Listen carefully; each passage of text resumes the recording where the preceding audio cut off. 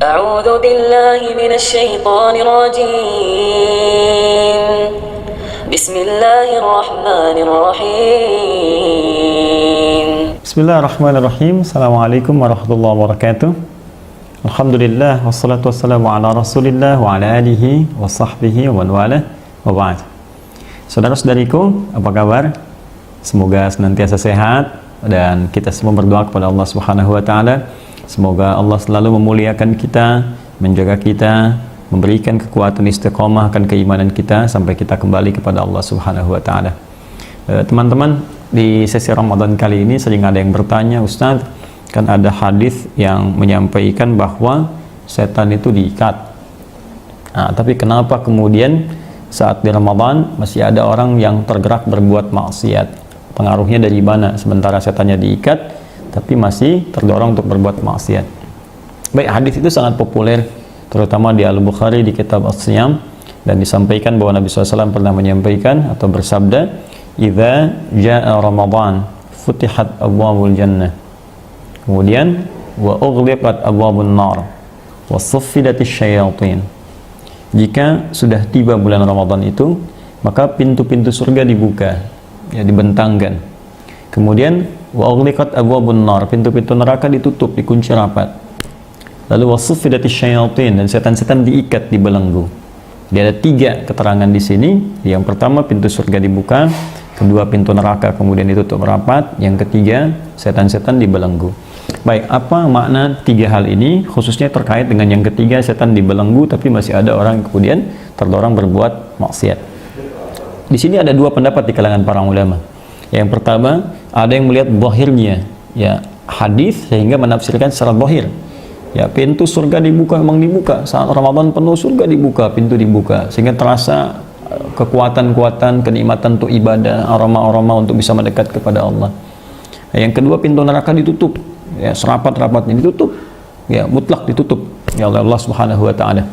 Baik, kemudian yang ketiga, setan dibelenggu. Ya, memang dibelenggu sama sekali. Jadi tafsirannya tidak ada takwil, tidak ada tafsiran yang lain mengartikan setan dibelenggu. Nah, kalau ada kemudian yang berbuat maksiat di situ, maka di sini mereka menyampaikan kemungkinan 2 keterangan. Yang pertama, nafsu. Ya, setannya diikat, tapi kalau nafsunya masih dipelihara, maka itu yang mendorong orang berbuat maksiat. Jadi antara dalil yang menguatkan adalah Quran surah ke-12, ya, Yusuf ayat ke-53. Yauma ubarri'un nafsi innan nafsa la'ammaratun bis-su. Ya, saya bukan orang suci, tapi dalam diri saya ada nafsu, dan nafsu cenderung mengarahkan pada keburukan. Jadi ketika setannya dibelenggu tapi nafsunya dipelihara oleh orang yang bersangkutan dan cenderung diikuti, maka nafsu itu yang mengarahkan pada hal-hal yang tidak baik. Ya, nafsu untuk berbuat maksiat, nafsu untuk berlebihan mencari makanan saat buka tapi tidak kemakan. Ya, nafsu untuk mengumpulkan makanan saat sahur sehingga saat dikumpulkan dimakan habis, ketinggalan sholat subuh, terlambat, bangun kesiangan. Itu nafsu yang diikuti.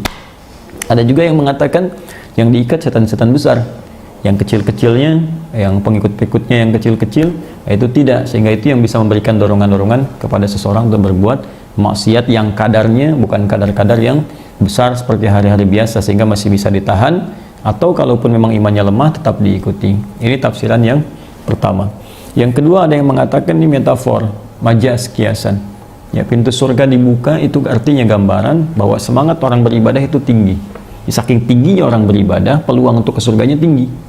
Ya, peluang ke surganya tinggi. Orang kan sekarang saat Ramadan, Masya Allah, jangankan salat fardu yang sunnah dikejar-kejar, tarawih dikejar. Bahkan sekarang orang ketinggalan sunnah aja gelisah. Ya, salat tarawih itu kan sunnah.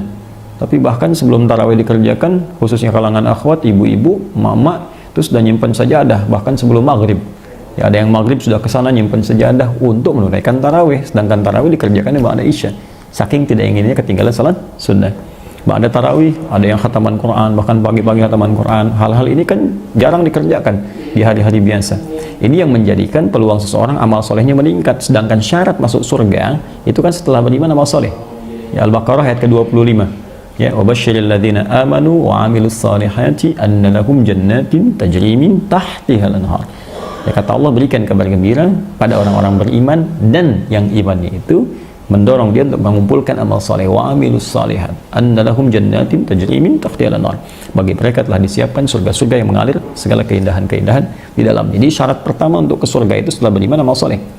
Ya, karena itu ketika seorang mengumpulkan amal soleh di bulan Ramadan, rajin baca Quran, rajin sedekah, rajin sholat sunnah, seakan-akan peluang ke surganya tinggi sehingga pintu surga terbuka untuknya. Nah, yang kedua, pintu neraka tertutup karena orang banyak taubat. Ya, Ramadan itu bulan taubat, banyak orang taubat, banyak istighfar, malamnya minta, Allahumma innaka afuwun tuhibbul afwa fa'fu anni. Ya Allah, Engkau maaf, Kau mencintai orang yang minta maaf, aku mengakui aku banyak salah, aku minta maaf, aku minta ampun. Ya Allah, banyak orang taubat, siang taubat, malam taubat. Karena ketika seorang taubat, dia ampuni dosanya, maka tertutup pintu neraka untuknya. Dia beramal soleh, pintu surga terbuka untuknya. Nah, kalau sudah pintu surga terbuka, orang mengumpulkan amal soleh, dan orang sudah bertobat, taubat itu kan dia meninggalkan maksiat dan berusaha untuk berbuat lebih baik. Makanya ayat taubat dalam Al-Quran selalu diikuti dengan kalimat islah. Taba wa aslaha, taba wa aslaha. Kalau orang sudah taubat, dia berusaha lebih baik, aslah, lebih baik daripada sebelumnya. Di maksiat ditinggalkan, yang salah ditinggalkan, yang soleh ditingkatkan. Ingat, yang salah ditinggalkan, yang soleh ditingkatkan. Jadi ketika yang salah sudah tidak dikerjakan, maka pintu neraka tertutup untuknya. Ketika yang soleh dikerjakan, pintu surga terbuka. Kalau sudah seperti itu, setan putus asa.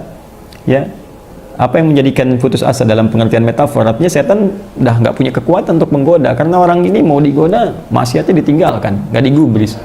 Kemudian juga dia kerjakan amal soleh. Setan mengajak pada yang salah, dia abaikan. Yang soleh dia kerjakan. Karena di sini setan tidak punya kemampuan menggoda, seakan-akan orang ini ya mendapatkan peluang benteng di dirinya, seakan-akan setan terbelenggu. Jadi udah nggak bisa goda dia lagi.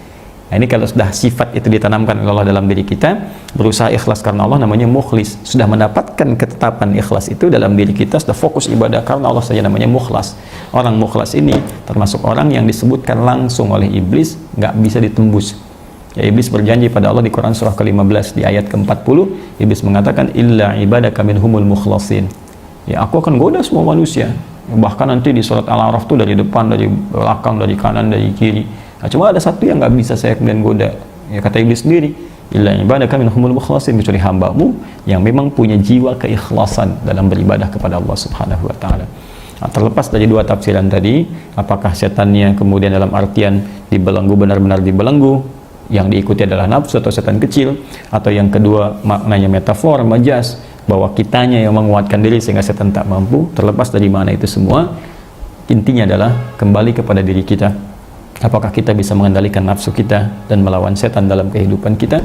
Berlatih di bulan Ramadan untuk dipraktekkan di 11 bulan berikutnya. Jika Anda mampu mengerjakan itu, maka hadis itu memberikan gambaran kepada kita, kita akan mampu menaklukkan setan, menutup pintu neraka, dan membuka peluang pintu surga dalam kehidupan kita. Semoga bisa dipahami dengan baik. Wallahu ta'ala a'lam bis-shawab. Subhanakallahumma wa bihamdika, asyhadu an la ilaha illa anta, astaghfiruka wa atubu ilaik. Assalamualaikum warahmatullahi wabarakatuh.